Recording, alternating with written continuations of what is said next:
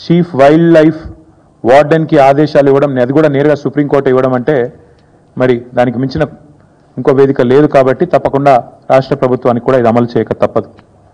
అట్లాగే క్షేత్రస్థాయిలో పర్యటించి ఆ సిఈసి సెంట్రల్ ఎంపవర్డ్ కమిటీ ఏదైతే ఉన్నదో అందరినీ కలిసి వాస్తవాలను వెలుగులోకి తెచ్చినందుకు వారికి కూడా హృదయపూర్వకంగా మా ధన్యవాదాలు. మరి ఇందులో నిన్న సెంట్రల్ ఎంపవర్డ్ కమిటీ రిపోర్టు మీరు ఎంతమంది చూశారో లేదో నాకు తెలియదు. ఎంత తీవ్రంగా ఉంది అంటే సుప్రీంకోర్టు అపాయింట్ చేసిన సాధికార కమిటీ ఇది. ఆ కమిటీ యొక్క రిపోర్ట్లో కమిటీ వారు అపాయింట్ చేసిన రిపోర్ట్ నా దగ్గర ఇక్కడ ఉంది, వాళ్ళు ఇచ్చిన రిపోర్ట్ ఉంది. ఎంత స్పష్టంగా చెప్పారంటే, ఎన్ని విషయాలు చెప్పారంటే, మేమేదైతే వాదన వినిపించామో ఇక్కడ మొన్న వారు దాన్ని పూర్తి స్థాయిలో సమర్థిస్తూ పూర్తి స్థాయిలో మేము చేసిన వాదన కరెక్ట్ అంటూ సెంట్రల్ ఎంపవర్డ్ కమిటీ స్పష్టం చేసింది.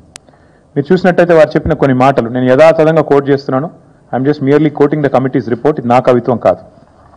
Prima facie the subject land seems to be under the ownership of university of Hyderabad అని చెప్పి ఓనర్షిప్ విషయంలో సూత్రప్రాయంగా మౌలికంగా ఈరోజు హైదరాబాద్ సెంట్రల్ యూనివర్సిటీ పొజిషన్లో ల్యాండ్ ఉంది కాబట్టి ఇది పరిగణలోకి తీసుకోవాలని ఒకటి చెప్పారు.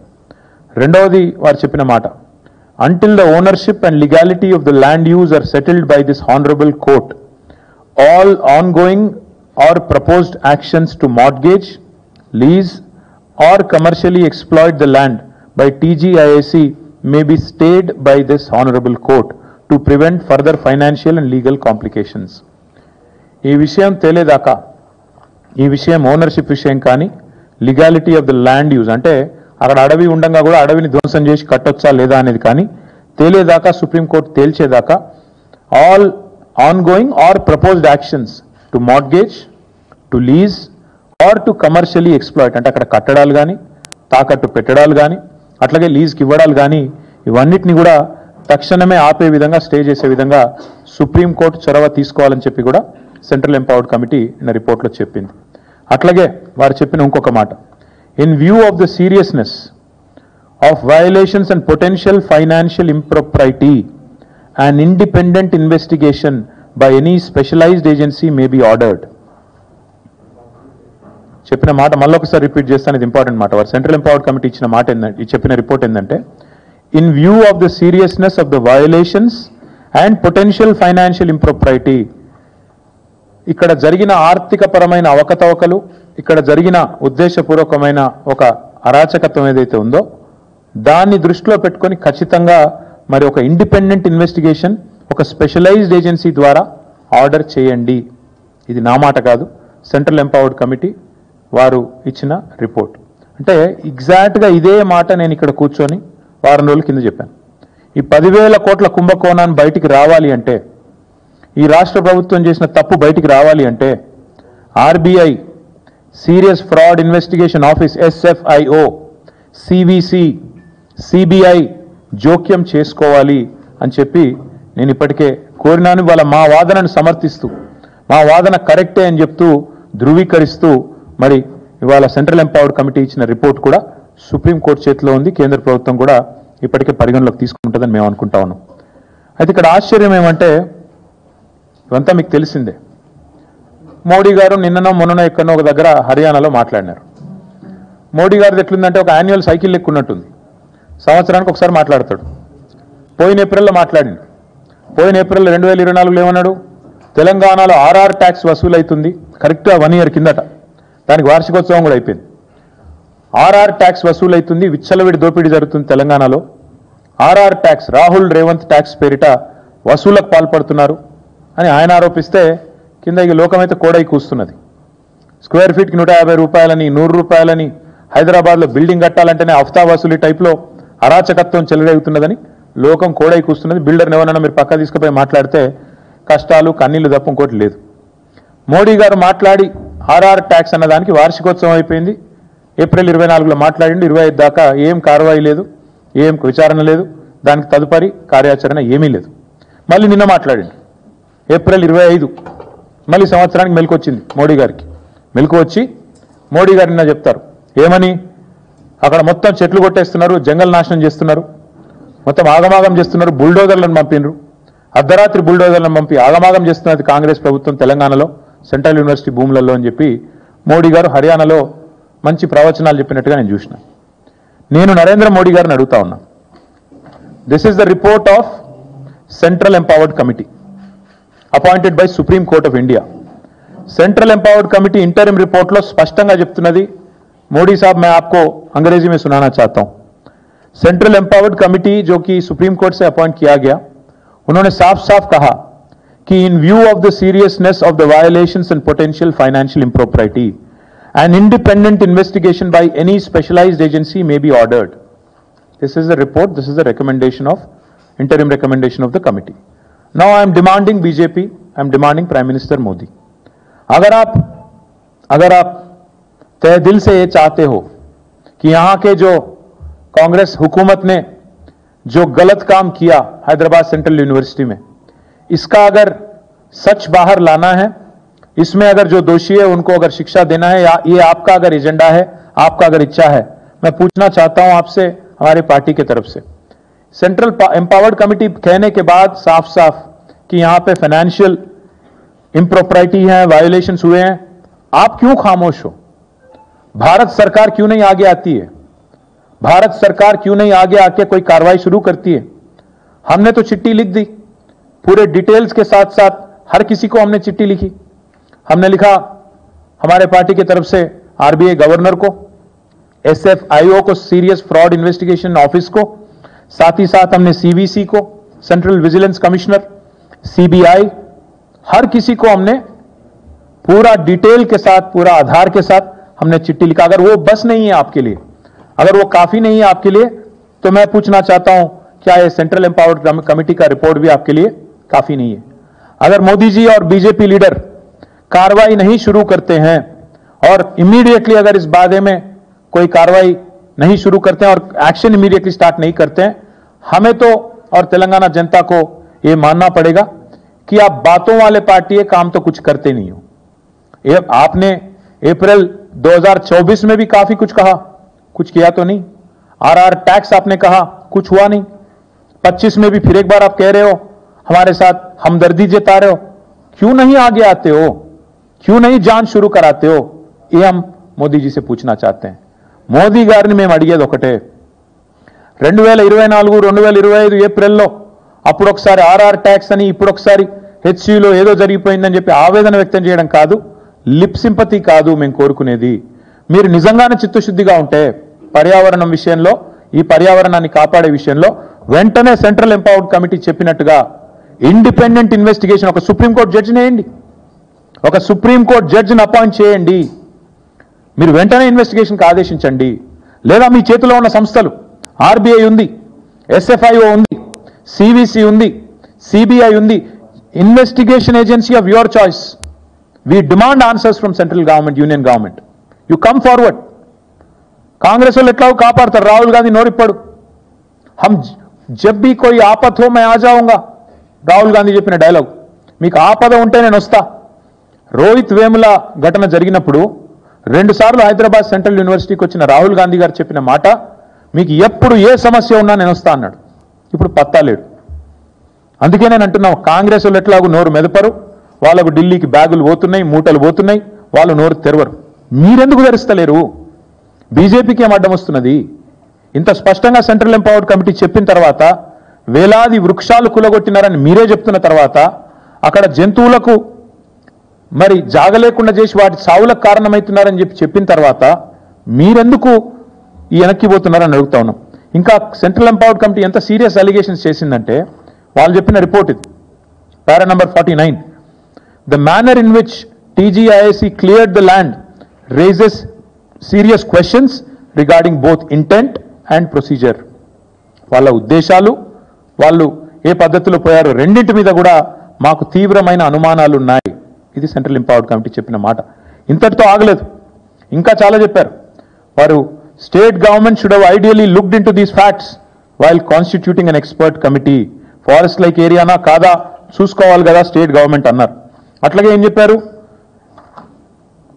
Prevention and control of pollution act 1981, అదేవిధంగా వాటర్లో prevention and control of pollution act 1974, ఈ రెండింటికి సంబంధించి ఈఐఏ ఎన్వైరన్మెంటల్ ఇంపాక్ట్ అసెస్మెంట్ ఏదైతే జరగాలో it appears to be a deliberate act by TGIIC to bypass environmental scrutiny.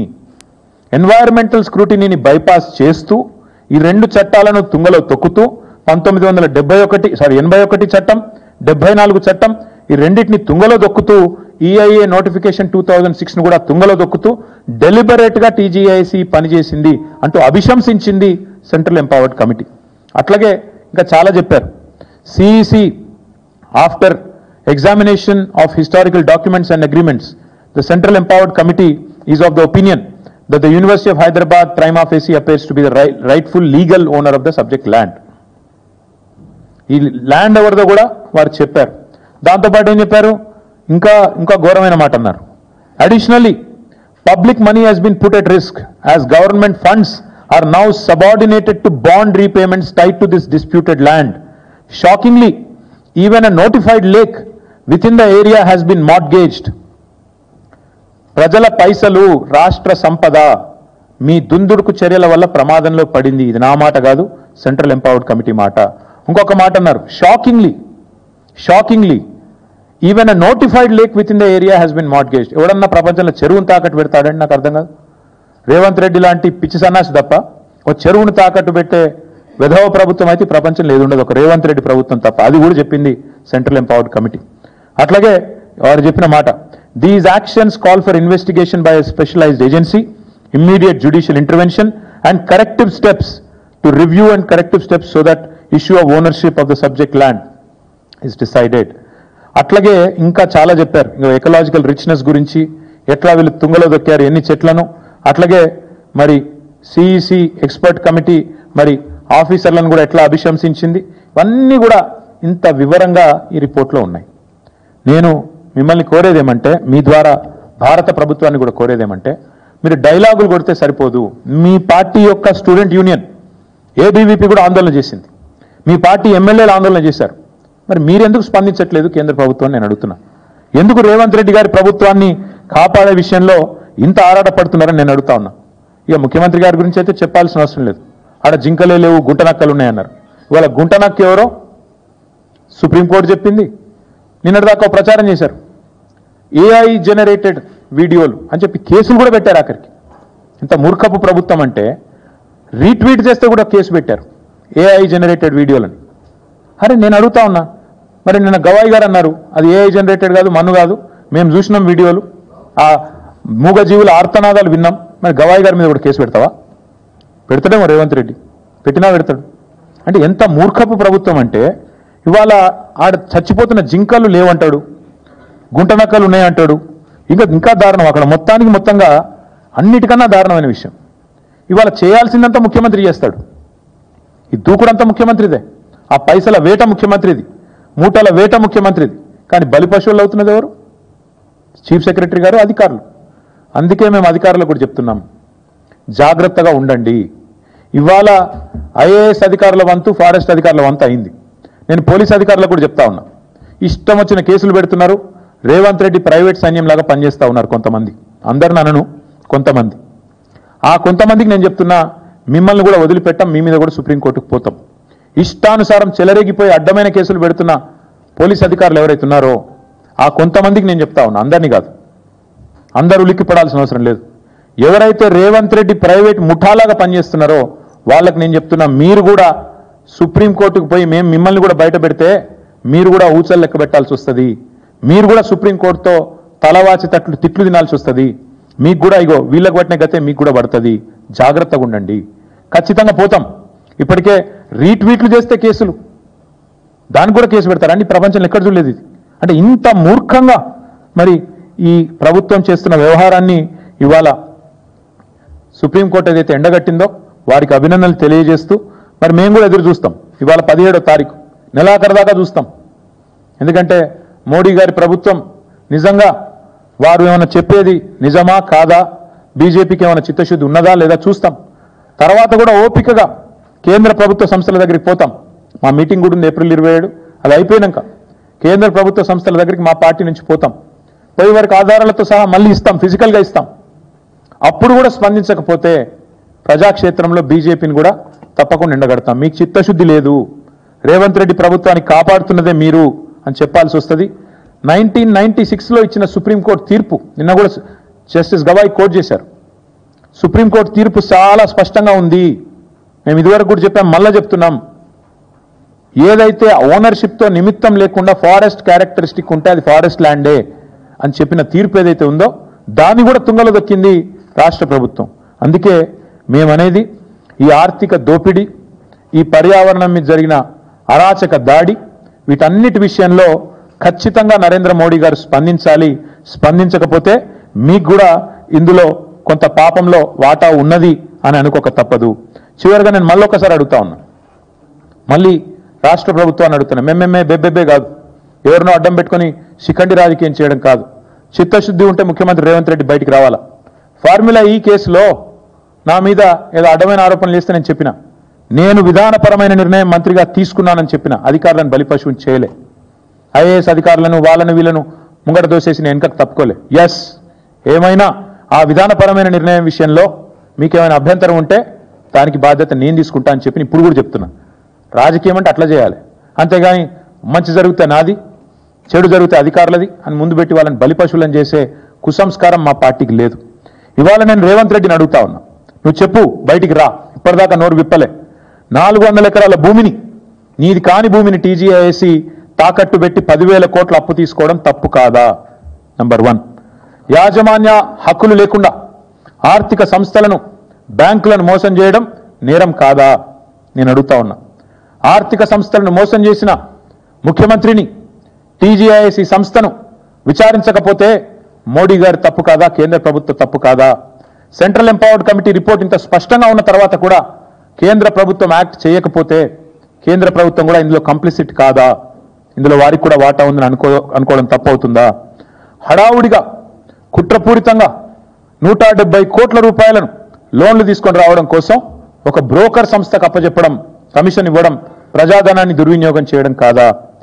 Market rate కంటే 3% ఎక్కువగా 6.6% CRR ఉంటే 3% ఎక్కువ పెట్టి 9.5% వడ్డీకి లోన్లు తీసుకొచ్చి అనుచిత ఆర్థిక లబ్ధి మరి బ్రోకర్ సంస్థకు చేకూర్చడం, బీకన్ అనే సంస్థకు చేకూర్చడం మీద విచారణ జరగాల్సిన అవసరం లేదా? ఇందులో మోడీ గారి ప్రభుత్వానికి బాధ్యత లేదా?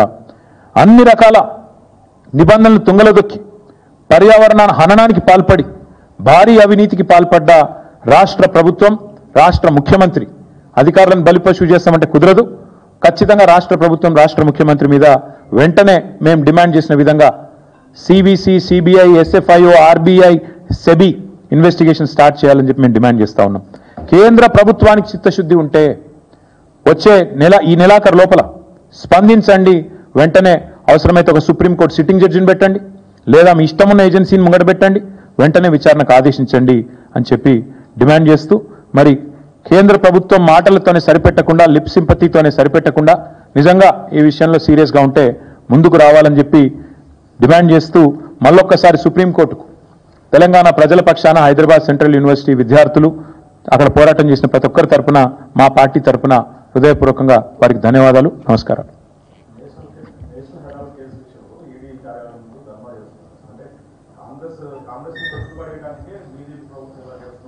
బ్రదర్, కాంగ్రెస్ అధికారంలో ఉన్నప్పుడు ఆ రోజు సిబిఐని కాంగ్రెస్ బ్యూరో ఆఫ్ ఇన్వెస్టిగేషన్ అనేవాళ్ళు, నెంబర్ 1. రెండవది, ఈడీ అనే సంస్థను తెచ్చిందే కాంగ్రెస్. సరే, వీళ్ళు దాన్ని విచ్చలవిడిగా వాడుతున్నారు, ఇష్టం వచ్చినట్టు చేస్తున్నారు. మళ్ళీ నేను చెప్తున్నా, 2 ఢిల్లీ పార్టీలు ఒకటే. వాళ్ళ అవసరానికి అవతల వాళ్ళని వేటాడడానికి ఆనాడు సిబిఐని కాంగ్రెస్ దుర్వినియోగం చేస్తే ఈరోజు ఈడీని బీజేపీ దుర్వినియోగం చేస్తోంది. ఇందులో మాకేం అనుమానం ఏం లేదు. 2 దొందే. 2 ఢిల్లీ పార్టీలు వాళ్ళ అవసరం కోసం, వాళ్ళ రాజకీయం కోసం ఎలాంటి అరాచకత్వానికైనా పాల్పడతారు. ఇందులో 2 కూడా ఎక్సెప్షన్ కాదు. ఇవాళ కాంగ్రెస్ ఏడవచ్చు, రేపు బీజేపీ ఏడవచ్చు. ఇంకొక మాట అడుగుతాను బ్రదర్, మీరు అన్నారు కాబట్టి, అదే ఈడీ కేజ్రీవాల్ గారి మీద కేసు పెడితే, ఇంకొకరి మీద కేసు పెడితేనేమో కాంగ్రెస్కి చాలా సంబరంగా ఉంటుంది. కానీ ఈడీ తమ దాకా వస్తే మాత్రం ఇబ్బంది అవుతుంది. కాబట్టి కాంగ్రెస్ కూడా ఒక క్లారిటీతో ఉండాలి. ఈడీ మంచిదా చెడ్డదా? మంచిదైతే నీకు కూడా మంచిదే కావాలా, లేదా చెడ్డదైతే అందరికీ చెడ్డది కావాలి. అంతేగాని వేరే వాళ్ళు నీకు రాజకీయంగా పడని వాళ్ళ విషయంలో అయితే నీకు బాగున్నప్పుడు, అనుకూలంగా ఉన్నప్పుడేమో ఈడీ మంచిది, లేకపోతే చెడ్డది అంటే ప్రజలు కూడా నవ్వుకుంటారు, గుర్తుపెట్టుకోవాలి. అధికారులు అనుకూలంగా వ్యవహరించవద్దని నేను అనడం లేదు. నేను చెప్పేది ఏమంటే చట్టబద్ధంగా వ్యవహరించండి అని చెప్తున్నాను. రేవంత్ రెడ్డి అనే మూర్ఖుడు ఒకవేళ తప్పుడు పనులు చేస్తే ఆ తప్పుడు పనులకు ఎవరైనా వంత పాడితే వాళ్ళు కూడా చట్టపరంగా ఇబ్బందులు పడతారు. ముఖ్యంగా పోలీసులు ఎవరైతే ఇవాళ రెచ్చిపోయి రేవంత్ రెడ్డి గారి ప్రైవేట్ సైన్యంలాగా పనిచేస్తున్నారో, మా కార్యకర్తలు, మా సామాన్యమైన మరి క్షేత్రస్థాయిలో పనిచేసే సోదరుల మీద కూడా కేసులు పెడుతున్నారో వాళ్ళకి నేను చెప్తున్నా, వాళ్ళెవరో వాళ్ళకు కూడా తెలుసు. ఎక్స్ట్రాల్ చేస్తే సుప్రీంకోర్టు ఉంది, ఈ దేశంలో న్యాయ వ్యవస్థ బతికే ఉంది. మేము కూడా కోర్టుకు పోతాం, మీరు కూడా ఊచలు లెక్క పెట్టక తప్పదని చెప్తాం.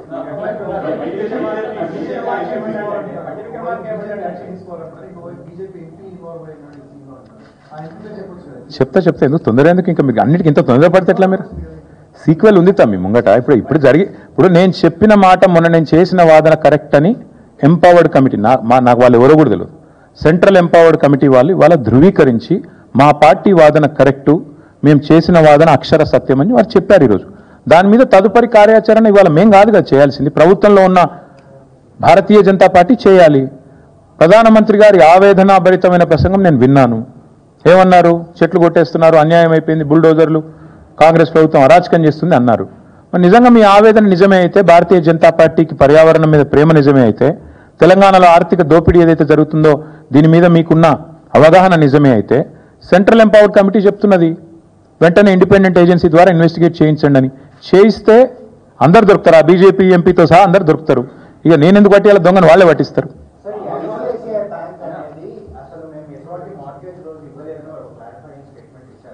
వాళ్ళు ఇచ్చారు కానీ ఉజ్వల్ గారు ఇక్కడ ఐసీఐసీఐ, బీసీఐసీఐ అవన్నీ తర్వాత సంగతి. రేవంత్ రెడ్డి అన్నట్టు ఒక ఆర్థిక దోపిడీ చేసిండు. నేను చెప్పుడు కాదు, అలా సిఈసీ చెప్తున్నది. ఇక రామాయణంలో పిడకల వేట లెక్క నేను బ్యాంకుగా పనిచేసిన మార్ట్గేజీలు అవన్నీ నాకెందుకు? బీకన్ ఇచ్చిందో, వీడిచ్చిండో, వాడిచ్చిండో, మొత్తానికి దోపిడీ జరిగిన మాట వాస్తవం, పర్యావరణ హననం జరిగిన మాట వాస్తవం, ఫైనాన్షియల్ ఇంప్రాపరిటీ జరిగిన మాట వాస్తవం, వైలేషన్లు జరిగిన మాట వాస్తవం. ఇది నేను చెప్తున్నది కాదు, సెంట్రల్ ఎంపవర్డ్ కమిటీ చెప్తున్నది. Now if you want to live in denial and say that Central Empowered Committee is also wrong, then I only hope that Union government will wake up and let Revanth Reddy smell the coffee. అదే అన్న, ఒకరు కాదమ్మా, ఈ రాష్ట్రంలో క్షేత్రస్థాయి నుంచి చిన్న కార్యకర్తల నుంచి మొదలు పెట్టి ఈ ప్రభుత్వం ఎంత పిరికి ప్రభుత్వం అంటే, ఈ ముఖ్యమంత్రి ఎంత పిరికి సన్నాసి అంటే, ఇంకా దర్శనం వెంకటయ్య అనో పెద్ద మనిషి, ఒక దళితుడు, ఆయనను తీసుకుపోయి జైల్లో పెట్టిరు. అది గింత మూర్ఖులా? అంటే నిన్ను ప్రజలు మంచిగా చేస్తే పొగుడుతారు, చెడు చేస్తే తిడతారు. నీకు అదే ప్రజలు కదా అధికారం ఇచ్చింది, వాళ్ళే కదా ఓట్లు వేస్తే నువ్వు అక్కడ కూర్చున్నావు. మరి వాళ్ళని జైల్లో పెట్టడం, వాళ్ళ మీద కేసులు పెట్టడం, భయపెట్టించి బతుకుతా అనుకోవడం, ఎన్ని రోజులు బతుకుతావు? ఎన్ని రోజులు తప్పించుక తిరుగుతావు? నేను నిజంగా అడుగుతున్నా రేవంత్ రెడ్డిని, ఈ సోషల్ మీడియా ఇడిచిపెట్టు. నువ్వు నిజంగా దమ్ముంటే సెక్యూరిటీ లేకుండా ఒక ఊళ్ళకి రా, ఏ ఊళ్ళకన్నా నీ ఇష్టం. ఈ రాష్ట్రంలో ఎక్కడికంటే అక్కడికి రా, ప్రజలు ఏమనుకుంటారో కరెక్ట్గా విను, తెలుస్తుంది.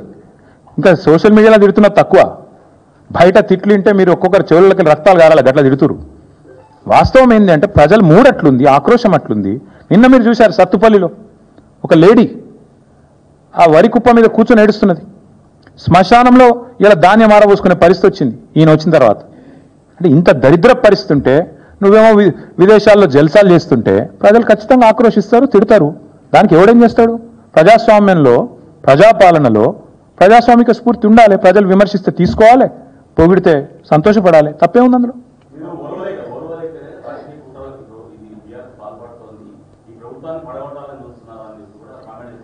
బ్రదర్, ఒక మాట, ఈ దేశంలో ఆయారాం గయారాం అనే సంస్కృతిని రాజకీయాల్లో పార్టీ ఫిరాయింపులను తీసుకొచ్చిందే కాంగ్రెస్ పార్టీ. ఆయారాం గయారాం అని స్టార్ట్ చేసింది హర్యానాలో ఇందిరాగాంధీ. ఆడికెళ్ళి ఇప్పటిదాకా 2004లో మాతో పాటు కలిసి పోటీ చేశారు వీళ్ళు, ఇదే కాంగ్రెస్ వాళ్ళు. పోటీ చేస్తే 26 మంది మేము గెలిచినాం. అలా మా ఎమ్మెల్యేలు 10 మందిని గుంజుకపోయి కాంగ్రెస్ కలుపుకోలేదా? నిజం కాదా? ఇక మా లక్ష్మారెడ్డి సాబ్ ఇన్నే ఉన్నాడు, ఆయన గెలిచిండారు 2004లో. మాతో పాటు 26 మంది గెలిస్తే అసలు పార్టీ ఫిరాయింపుల సంస్కృతికి తెలంగాణలో బీజం వేసింది ఎవడండి? కాంగ్రెస్ వాడు కాదా? వాళ్ళు తీసుకున్నదే వాళ్ళు. మరి ఇప్పుడు నీవు నేర్పిన విద్య నీరజాక్ష అన్నట్టు మొన్న కూడా మళ్ళీ 10 మందిని తీసుకున్నారు కదా.